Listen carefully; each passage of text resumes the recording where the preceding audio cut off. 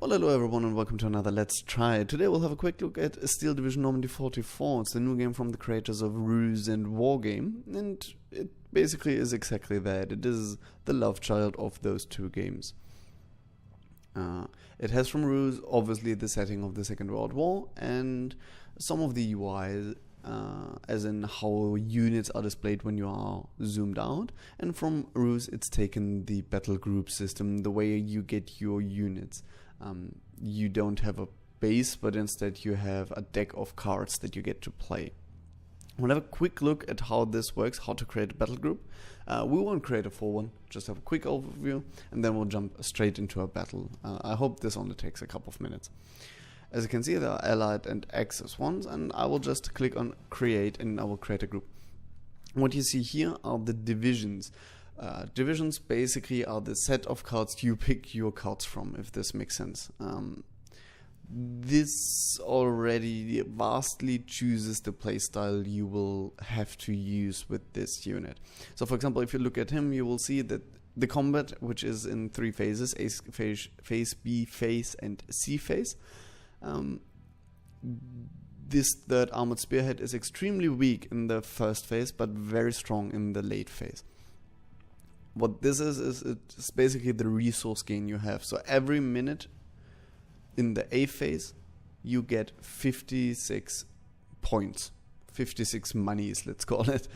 In the B phase, every minute you get 105, and in the C phase, every minute you get 150. Whereas if you were to play this unit, you'd get 100 points in the A phase per minute. So obviously you'd be way stronger in the beginning of the game, but you'd be way weaker in the end. This works very interestingly, more, in my opinion, more interesting on the ally side than the axis side, because if you look at this, we have 70, 75 and 85, and if you look at the ones that are grey, 75 and 90 and 85, they're all closer together than the 65 to 100, for example.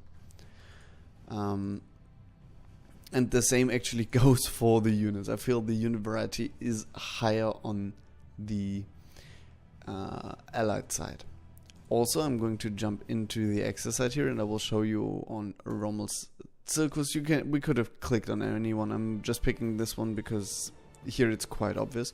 One of the main problems it has, but first we'll get into how it works.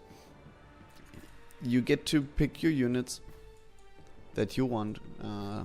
You can see here there's the different subtypes. You can only have X amount of each type. So for example, with Rommel's Circus, I can only have 3 air units, and because there is no fourth one. If I picked someone else, he might have 4 or even 5 of these, but maybe less of some other one. You don't get to fill all of them up. You have a max card limit. In this case it's 36, but this also can change from division to division. So some other division might have 40, for example. This allows for a pretty big amount of customization for your deck. Obviously you are handicapped in some ways, which stops people hopefully from making 2 gamey decks, or for example all tanks or something, but I feel it's working quite well and you have quite some choice to make. For example, if we go to the tank, we can see there are in phase A these tanks, and if you see the little golden star at the top, this means this is a veteran unit. 2 stars means it's even better, and 3 would be incredibly veteran. The recruitment cost of veteran units and normal units is the same. But if I were to pick these instead of these, you see I'm having 3 cards here but only 1 card here. So while this is a better tank, I can play this card 3 times. I will have to pay the 75 every time, but I can get 3 tanks on the field. Whereas if I pick this one, for the same money I get a better tank, but I get only 1, and then this card is played and I'm not getting another one. So there is a lot of thought to put into this. I think you can spend without problem more than half an hour, probably more than an hour if you actually look at all the stats and stuff, just to create one battle group. that you really, really like. And probably you will create one, and then you'll play it a couple of times, and you will keep changing things and exchanging things because you find that something you thought would work didn't really work. Infantry always comes with a vehicle. In this case, they either come with a Kübel, they come with a half-track basically, or they come with, where is it? Something like this, the Spähwagen. And these all have advantages. For example, the Kübel is the quickest one, but it doesn't have a gun. This one, I believe, is the slowest one, but it has the biggest gun. Actually, it just has an MG. But I'm actually not sure what the difference between this one and the half-track is, but it doesn't matter in this particular case. So, now that we know how to create an army, I'd say we just jump straight into a game. I will take the army I just showed you for a millisecond, and we'll play against an easy AI, just because I'll be talking a lot and I want to zoom in and show you stuff, and maybe do something that doesn't make too much sense just to show how it works. And if I struggle and just get put huge pressure on in the very beginning, I don't feel like I can show that. I'll bump the difficulty up for a let's play or something, so you get to see that. But now for this quick overview video, I believe this is the best choice. There are right now in the game, because it's still in beta, that's why there were only 8 divisions to choose from instead of the 18 the game will start with, and there were, I believe, 5 maps at the moment are in the game, and the list is something like 10 or 12. So do keep in mind that the game is not fully released yet. So here we get to recruit units. We can obviously only recruit one. Phase B, it says, starts in 10 minutes. We get to choose where our units start. You want them to start on the roads, because units will use roads, and this is very important. Units that are not on roads are extremely slow. They're extremely ineffective at reaching places. Tanks are better with this. They can handle this better than, for example, the Kübelwagen. We can get an anti-tank gun here and maybe some infantry here, and get them also some reconnaissance, and I don't know. I really don't believe because we've put the AI too easy. By the way, the AI doesn't get bony until medium, and from there on out it gets combat bony, so more money, for example. Now during the setup phase I can already give orders which will be executed as soon as the game starts, so I will almost always be pressing Y and then clicking, which means get out once you reach this place. We'll just go like this for the moment, and again, I don't intend to tutorialize the battle at this point. Now you see them go. This, by the way, is the normal game speed. I've just put it to super fast because you kind of want to put it to the super fast until there's the first enemy contact, at least in single player. In multiplayer you probably can't and don't want, but in single player you kind of want to do that, because this can get tedious once you've seen this a couple of times. So I'm going to bump it up until my units reach a certain place. Now we have our first enemy contact, and we can already see the enemy has found me.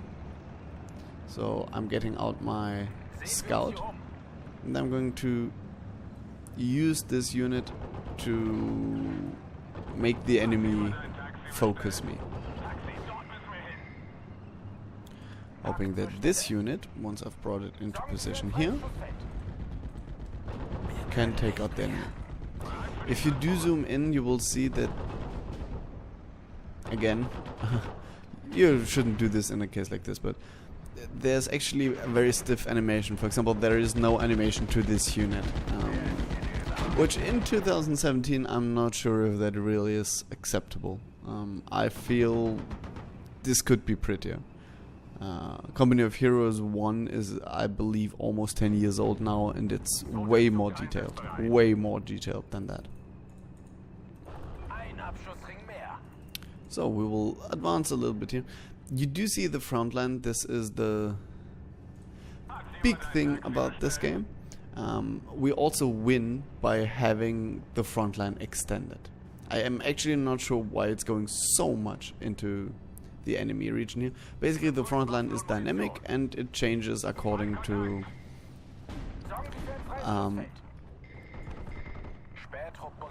you moving, basically. So according to the balance of power, I'd call it. If you are stronger in an area, then the front line will shift in your favor. And we win by holding more land than the enemy. And I'm now getting 2 points per second, I believe. You see it go up here. I don't think these are actually seconds, but approximately 2 points per second. And once I've reached 2000, I win. Or once the time is up, the one that has more points will win.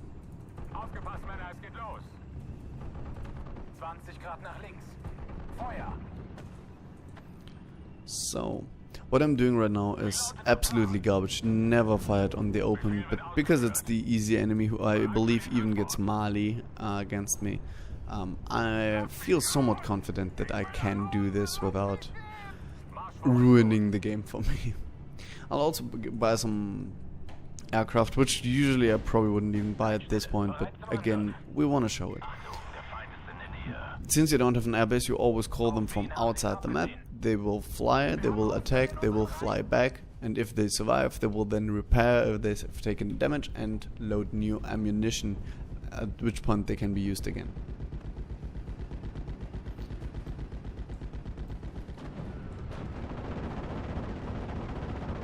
Here you can see the enemy is doing quite some damage.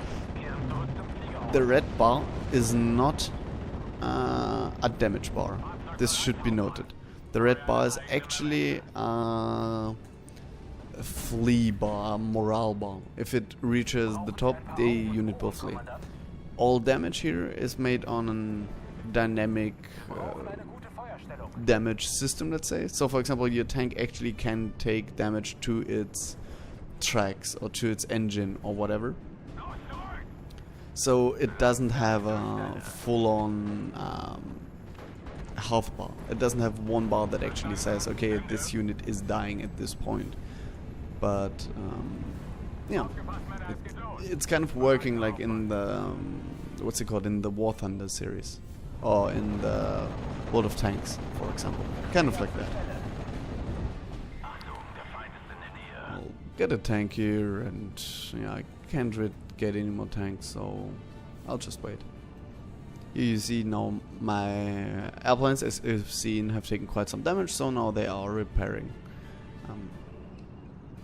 In opposition to some other countries, like for example Ruse, all units can shoot at everything. So my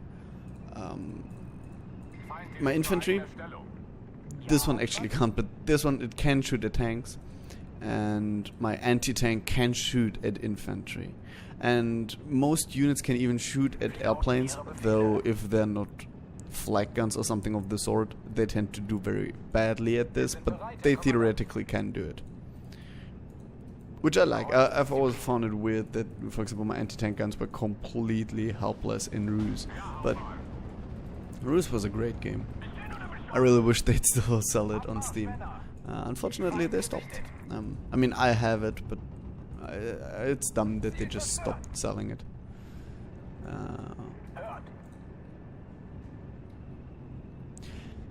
This kind of unit, the scouts, you can see it's not moving the front line, which can be very useful because this means the enemy doesn't see I'm advancing, because here the enemy knows I must have troops here because there's a dent in his front line. But he doesn't see it here, so I could theoretically surprise him. I can't really do it with this unit because this unit will just die when it surprises someone. But there are, for example, scout units that have anti-tank capabilities, and you can use these to just like sneak up on the enemy. We'll try to move up a little bit, just Again, the idea is to show you a little bit of how it goes. If you're wondering why the enemy isn't fighting back, it really is because he's set to easy difficulty. The AI on medium puts up quite a fight, and on hard it's putting up a very big fight, but again, that's because it's cheating. But the AI is not particularly bad. It's not the greatest AI ever, but it's not bad. It's decent. It's adequate, let's call it. So we'll try to sneak up on this unit. I probably won't succeed. By the way, I'm set to very fast. I've said this before, you don't want to play on very fast. This is a speed you might want to use for replays or something. I'm only using it at this particular moment because I feel this enemy won't beat me. And because I want to move up to the B-phase and shot. Actually, I'm not even sure if I'm going to end this game altogether. We'll call in this again. We've now moved up to the second phase, so I can call in more units, but I will only call in one of the better tanks. And what I will do is I'll call in some artillery and I'll show off artillery. Here the enemy has called in a fighter unit and it's taken down my airplane.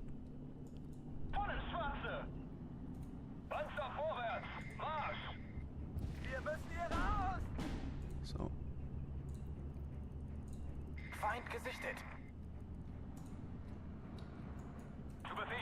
as you can tell, the German units are also speaking German, so every unit is speaking its nation's language. Though I haven't played too much of this game yet, and I'm already pretty sick of what they say. They do not have enough things to say, and the things they are saying are too specific. For example, I think if you select an infantry unit that's already been taken damage, it will say something like Corporal Steiner is wounded or something like that, which is way too specific, and it feels weird when you play a longer match and you use a lot of infantry, and apparently you must have had like, I don't know, 50 Corporal Steiners, because literally everyone just says, oh my god, Corporal Steiner has been wounded, and that's just weird. I don't know what they were thinking when they wrote something like that into it.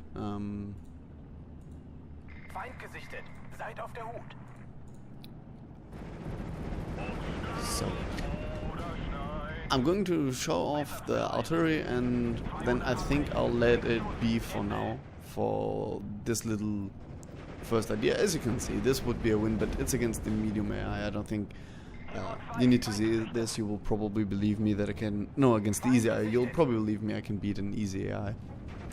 Though it's not taking too long, so we do have a little bit more time. I think I'll let it run and we'll see what happens. But I won't slow it down, which might cost me the game, but we'll see. Let's hope it doesn't. That would be embarrassing against the easy AI, but we'll just keep playing like this.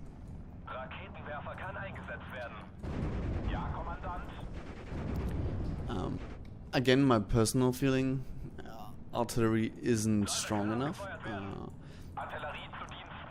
I haven't played that much, and I'm sure a very good player can easily beat me only using artillery. But I'd like to see it a little bit stronger, because I can't remember ever looking at it and going, oh thank god I've had that artillery. Keep in mind that this unit actually wasn't destroyed by this one, it was destroyed by the puck.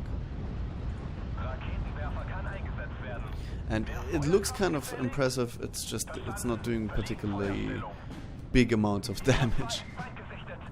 One thing I do dislike, I'm actually not sure if I said it in this take of this, because I'm actually filming it for the second time now, I was interrupted during the first time. The Germans are using a lot of Beutepanzer, a lot of American tanks. This is easy for balancing, but for me, I find it weird that half my tank lineup is American tanks. There's a lot of German tanks in World War II, so I don't know why they had to recycle the American ones. I feel that's... I mean, they even put in most of the German tanks. It's just for balancing, I guess. Because they were too lazy to actually balance the game, so they just gave both sides the same kind of tanks. And I'm not a huge fan of that. So, the game's over. We've won. Yay! I'm not too proud of that. You get a normal kills and losses after action report, whatever you want to call it, and this is the game right now. There's going to be a single player campaign when it releases. It will release at the end of the month, but at the moment there isn't. There is already multiplayer in it, and from what I hear, there's a lot of multiplayer going on, but to be honest, I haven't tried it yet. I want to be better in solo first. So I hope this gave you a first impression of what this game is, what it will be, and so on. And I will upload probably today or tomorrow a game on medium, I think, and then I might upload one on hard the day after that, but I'm not sure about that yet. My finals in university started, so everything could be pushed a little bit back, but I'm definitely trying to upload a medium as quickly as possible. I hope you enjoyed this. I hope this helped you a little bit, and I will see you for the Let's Play or my next Let's Try. Have a great one. Bye bye.